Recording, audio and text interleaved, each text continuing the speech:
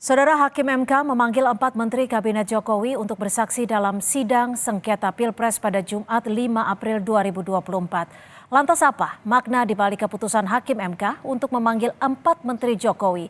Apakah Presiden Jokowi juga bisa dipanggil MK? Mengingat dalam sejumlah dalil pemohon, tim Anies, Muhaimin, dan Ganjar Mahfud menyebut soal keberpihakan Presiden dalam pemilu. Kita bahas bersama sejumlah narasumber sore hari ini. Sudah ada Direktur Eksekutif Tim Hukum Amin dan juga Mas Zuhad Aji Firmantoro, serta tenaga ahli utama KSP Ali Mohtar Ngabalin dan pengamat politik Ikrar Nusa Bakti. Selamat sore Bang Ngabalin, Pak Ikrar dan Mas Zuhad. Terima kasih sudah bergabung bersama kami di Kompas Petang. Mas Zuhad. Selamat sore. Yang mulia Pak Ikrar. Selamat sore. Profesor Bung Ngabalin. Baik, saya akan ke Mas Zuhad. Mas Zuhad, bagaimana tim Anda merespon upaya Hakim untuk memanggil keempat menteri pada Jumat mendatang? Ya sama, kita apresiasi apa yang dilakukan oleh Hakim Mahkamah Konstitusi gitu ya.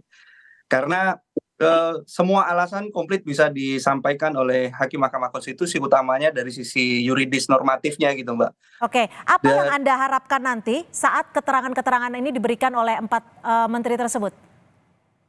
Iya, kita berharap kan semuanya bisa memberikan penjelasan secara terang.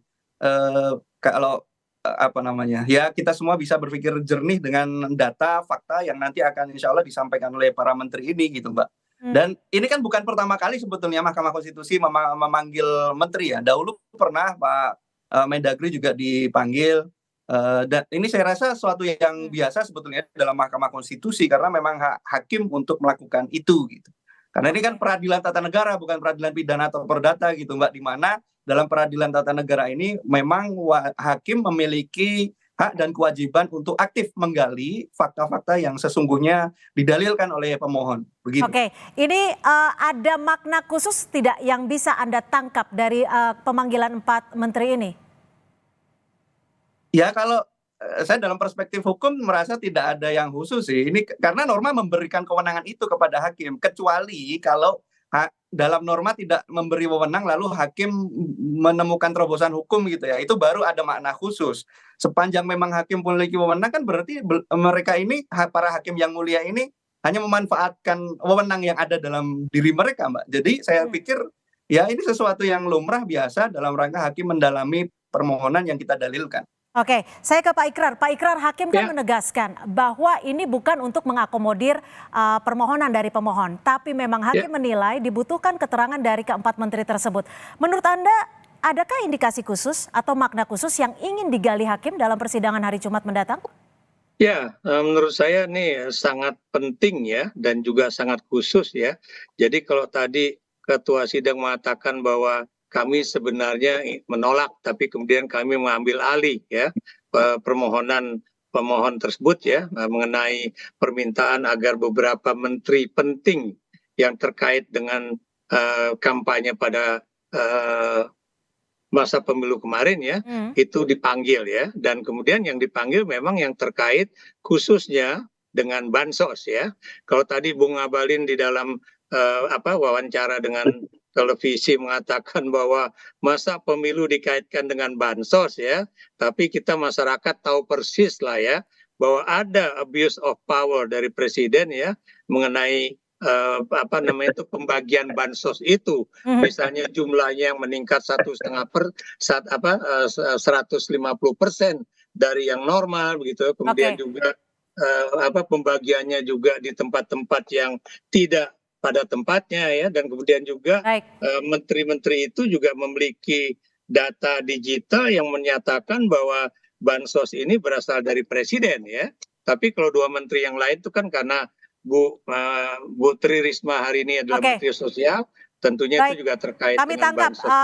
Pak Ikrar. Saya ke Bang Ngabalin. Bang Ngabalin, Anda menegaskan berulang kali ini tidak ada relevansinya seperti itu. Tapi disebutkan terbalik dengan Pak Ikrar. Bagaimana Anda melihat pemanggilan keempat menteri ini? Masuk akal tidak? Ya. Sama yang tadi Bapak sebut itu 3-4 poin itu, kasih data bahannya ke pengacara supaya jangan hanya omon-omon di MK, jangan Bapak hanya omon-omon di luar Pak Ikrar. Bapak kasih Itu data tadi. Saya berkali-kali dengar profesor itu berulang-ulang kata bicara tentang itu. Kasih itu data, berapa jumlahnya itu, kasih kepada pengacara supaya mereka jadikan bahan itu di persidangan di sengketa pemilu. Kalau Bapak hanya ngomong-ngomong dan tidak punya data, untuk apa Bapak cerita itu? Nanti melakukan pembohongan kepada ruang publik, menyesatkan rakyat publik tentang persidangan itu. Bapak ingat baik-baik itu. Bapak itu seorang guru besar yang mulia, duta besar, kawan saya kan Bapak itu. Jadi tolong Bapak bicara dengan baik. Itu satu. Iya, saya Yang juga kedua, kawan Anda. yang Anda kedua, juga ditahan dulu Pak Ikrar. Yang kedua apa Bang Abalin? Dengar baik-baik Pak Ikrar, dengar baik-baik. Saya menyebutkan bahwa dalam sejarah Republik Indonesia di persidangan Mahkamah Konstitusi baru pertama kali orang bicara tentang masalah bansos, bantuan sosial, yang itu dibicarakan dananya di DPR, programnya disampaikan oleh pemerintah. Keterbukaan para menteri ini akan menjelaskan agar Mahkamah Konstitusi dan para hakim itu juga tahu secara komprehensif apa kebijakan-kebijakan yang dilakukan oleh pemerintah, oleh Presiden Joko Widodo tentang bantuan sosial. Rakyat kita ini semua bukan kaya raya, Bapak. Masih banyak yang miskin, masih banyak yang menderita. Pemerintah harus lakukan itu. Dan yang ketiga, Bapak harus tahu bahwa bantuan sosial itu bukan diserahkan baru nanti pemilu. Hampir 10 tahun, itu program paling terpenting yang dilakukan. Bapak catat itu baik-baik, supaya rakyat bisa mendengar dengan baik. Pak Ikrar ya, saya sudah berkali-kali dengar Bapak bicara. Oke, tapi ada yang keempat Bang Abalin? Orang itu. Ada yang keempat atau hanya 3? Biar langsung dijawab Pak Ikrar. Baik, silakan Pak Ikrar. Diminta datanya dilampirkan dan soal bansos ini juga menjadi sorotan Bang Abalin. Silakan dijawab. Yang jelas televisi Anda itu Kompas dan juga berbagai televisi itu memiliki suatu catatan-catatan ya. Saya beri contoh misalnya pernyataan Pak Muhadjir Effendi ya di muka banyak orang ya yang menyatakan bahwa ini sebaiknya pemilu itu 1 putaran saja. Ingat ya, jadi pemilihnya jangan salah, dan itu kenapa demikian? Karena ini juga dananya juga terbatas gitu untuk bansos juga ya. Itu Pak Muhadjir ngomong. Pak Erlangga Hartarto itu bicara juga ya. Ingat ya bahwa ini bansos berterima kasih kepada siapa? Kepada Presiden Jokowi ya. Dan ini berarti dari siapa? Dari Presiden Jokowi ya. Dan kemudian Bang Mokhtar ya, kita sahabat ya, kita juga pernah berdiskusi secara baik ya, dan kalau Anda menuduh saya seakan-akan melakukan pembohongan publik ya, data menyebutkan bahwa yang ada di dalam Kementerian Sosial itu jumlahnya itu benar-benar fix ya, dan kemudian ketika pemilihan umum ini akan berlangsung, data itu bertambah dengan 50% tambahan ya, dan kemudian Anda tahu bansos itu benar Anda mengatakan bukan cuma 10 tahun, tapi sejak eranya Presiden Jokowi juga sudah dilakukan. Tapi pada masa pemilu ini itu jelas-jelas tampak bagaimana Presiden, Menteri itu langsung membagikan kepada masyarakat yang belum tentu ada di dalam daftar penerima bansos. Oke, jadi data-data itulah yang memperkuat statement Anda ya. Ditahan dulu Bang Abalin, saya ke Mas Zuhad. Mas Zuhad, tadi kan Bang Abalin menyebut bahwa keterangan menteri nanti justru bisa membuka apa yang terjadi terkait soal bansos ini. Kalau dari pihak Anda justru akan membuka dari sisi mananya nih? Iya, baik. Jadi supaya tidak salah memahami, yang kita soal itu kan sebenarnya bukan sekedar bansosnya ya. Kalau bansos itu kewajiban negara. Itu program yang sangat baik untuk masyarakat kita. Kita dukung itu. Tetapi menjadi problem ketika bansos dipersonifikasi dan kemudian kita duga dipolitisasi. Nah, pada poin itulah kemudian kita memohon kepada Mahkamah Konstitusi untuk diadili, ditakar oleh Mahkamah Konstitusi. Yang begini ini adil atau tidak, kan gitu pertanyaannya. Menurut Anda itu bisa dibuka melalui keterangan 4 menteri nanti? Soal bansos dipolitisasi. Nah itu dia, saya sepakat dengan Bang Abalin tadi. Kehadiran menteri itu penting untuk menjelaskan fakta yang sebenarnya supaya kita bisa jernih juga nih.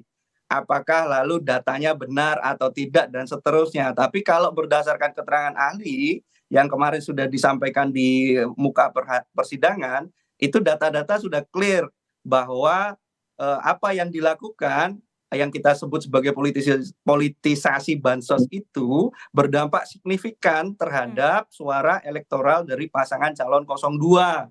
Angkanya kemudian kemarin secara saintifik dimunculkan oleh ahli kami sekitar 26 juta sumbangsih dari politisasi bansos terhadap suara paslon 02. Dan saya kira ini clear ya. Dan kehadiran menteri besok itu menurut saya suatu yang biasa, nggak ada yang khusus dalam perspektif norma juridis. Saya nggak tahu kalau dalam perspektif politiknya Bang Ikrar dan Bang Ngabalin, silakan. Ini hal yang biasa untuk pemanggilan menteri menurut dari pihak pemohon ya. 3 hal pokok. Ingat ya, 3 hal pokok yang untuk menjawab Profesor Ikrar yang mulia, His Excellency. Bapak dengar baik-baik.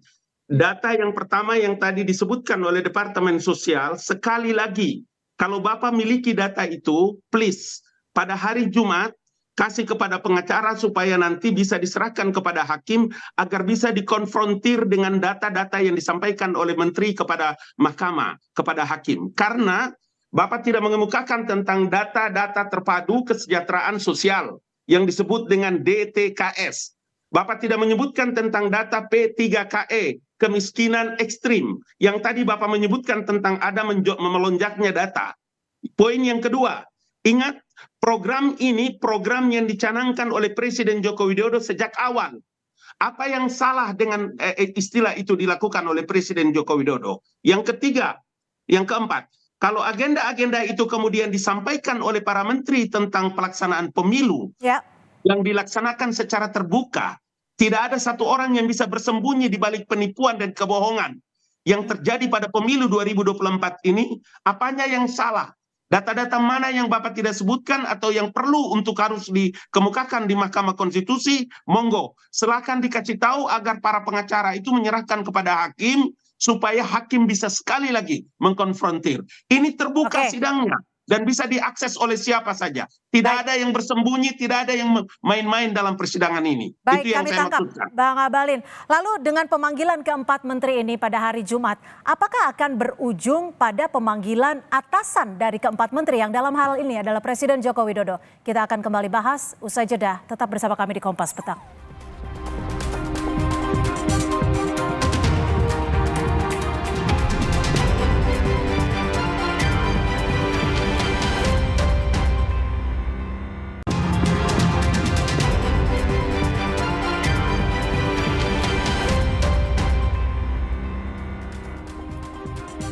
MK panggil 4 menteri di sidang sengketa Pilpres pada Jumat mendatang.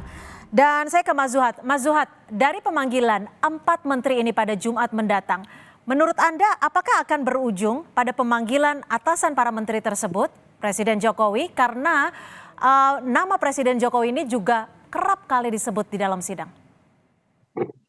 Ya baik, memang awal mula pemanggilan 4 menteri ini kalau secara kronologis itu kan berangkat dari permohonan permintaan kita 01, meskipun ya dalam rangka menjaga independensi persidangan hakim mengatakan permintaan kita ditolak, tapi apapun itulah kita apresiasi langkah yang dilakukan oleh hakim Mahkamah Konstitusi gitu ya. Bagus. Nah, apakah berujung pada pemanggilan Pak Presiden?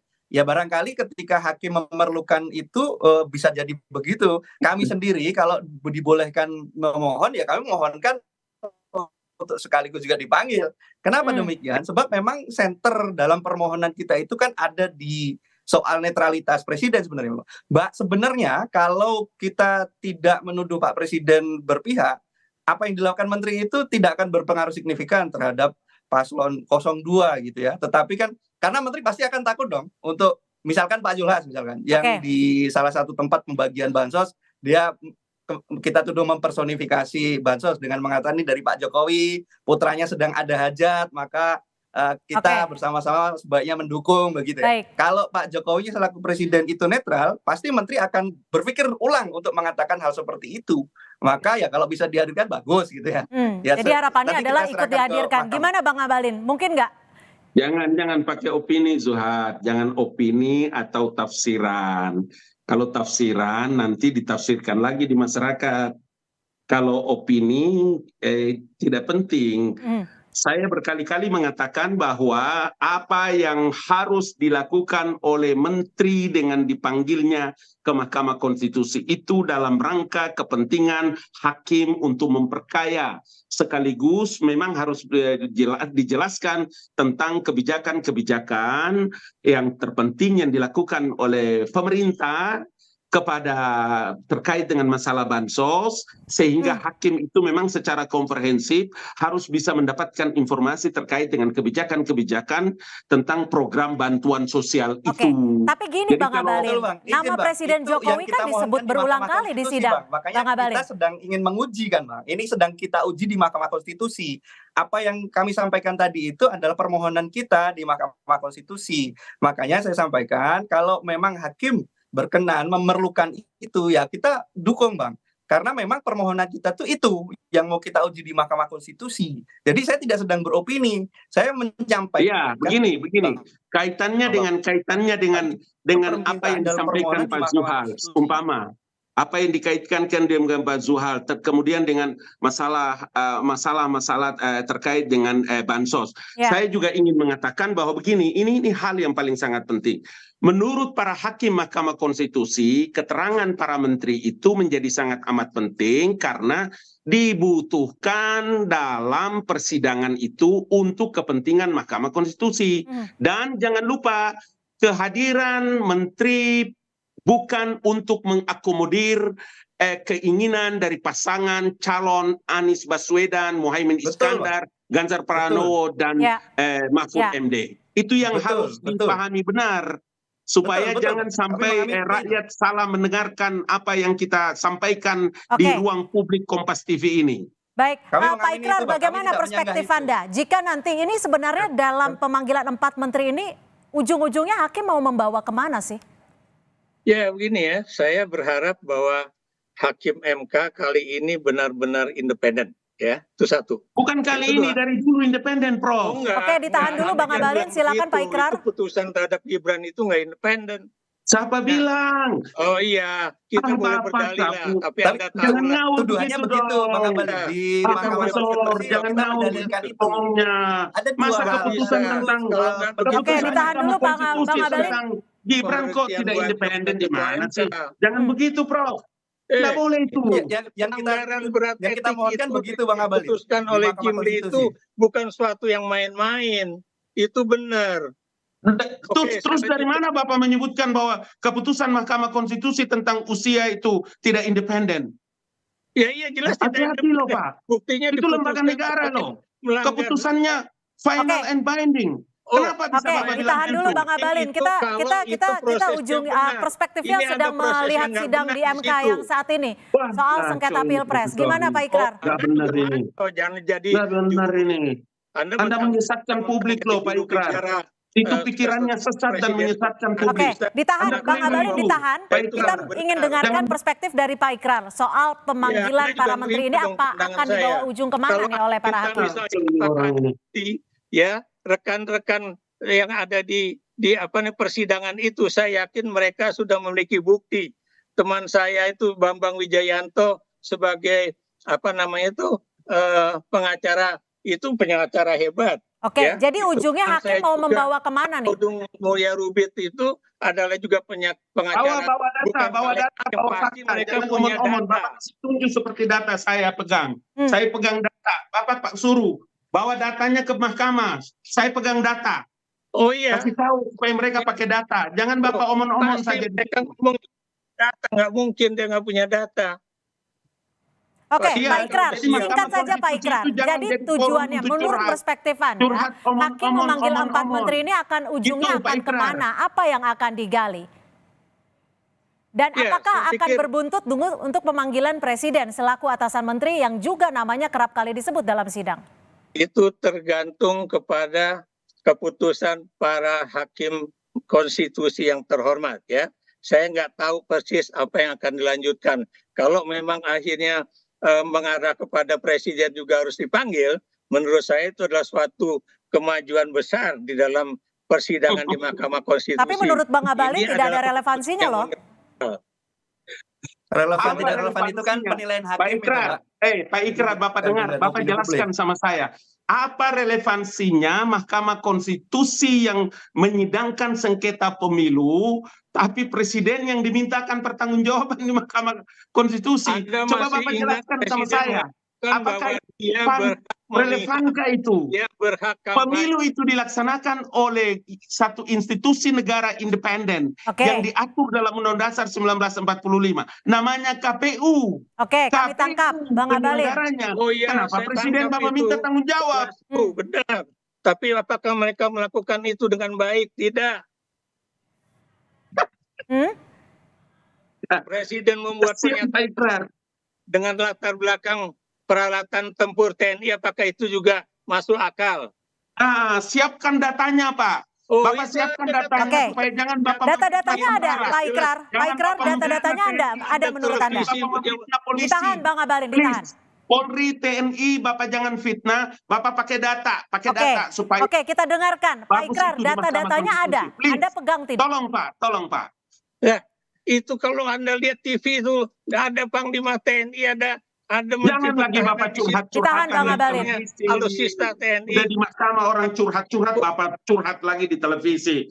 Profesor, aduh. Oh, saya terus terang bukan membuat suatu bualan ya, bukan omon-omon. Ini kenyataan, itu data digitalnya ada. Ya, kalau Bapak bilang TNI lagi dengan Panser, kemudian nanti Bapak sebut polisi lagi, Bapak memfitnah loh itu. Bang Abalin, kalau ternyata memang datanya ada dan akan dibuka di persidangan, seperti apa, Bang Abalin? Oke, Presiden membuat pernyataan apa itu, Dek? itu di tengah diapit oleh Menteri Pertahanan dan juga Panglima TNI di situ. Oke, Dan itu baik.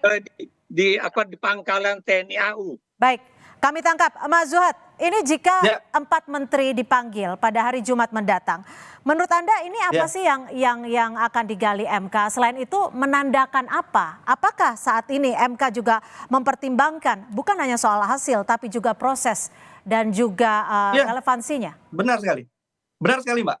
Kalau dalam perspektif kami, pemohon 01, Pak Erlangga misalkan, itu bahkan bisa menjadi saksi fakta sebab beliau yang kami tuduh telah mempersonifikasi bansos itu. Beliau bisa menjawab di muka sidang itu dengan hadir di sana.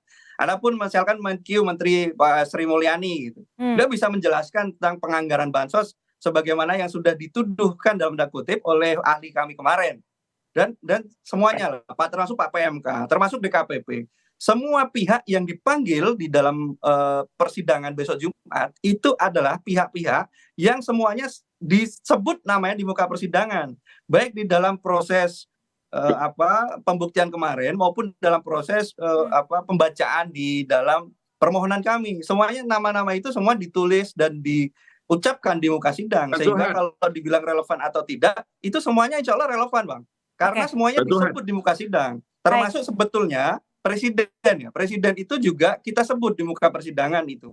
Nah, proses pembuktian ini manakala memang yang mulia hakim Mahkamah Konstitusi memandang perlu memanggil, maka itu akan dipanggil. Sekalipun kemarin 01 tidak memohon. Sekalipun 01 nggak memohon, kalau hakim merasa perlu berdasarkan PMK 41. Pasal 41. Ya, kami tangkap karena ini bukan untuk mengakomodir permohonan dari kedua pemohon, tapi adalah kebutuhan dari persidangan. Bang Abalin, singkat saja. Iya. Oke. Saya mau bilang sama Zuhad begini. Singkat saja. Bantu Profesor Ikrar. Tadi beliau menyebutkan bahwa ada data-data penerima bansos yang di luar daripada daftar atau data-datanya. Tolong kasih datanya supaya saya tadi bilang supaya berikan itu kepada hakim yang tadi saya sebutkan. Kami tangkap, Bang Abalin. Data terpadu dibutuhkan kesejahteraan data sosial untuk ikut membuktikan ekstrim. apa yang menjadi statement dan juga menjadi perspektif dari para narasumber sore hari ini. Terima kasih sekali lagi Bang Abalin, Mas Zuhad dan juga Prof Ikrar sudah bergabung bersama kami di Kompas Petang. Selamat sore. Terima kasih. Terima kasih. Assalamualaikum warahmatullahi wabarakatuh.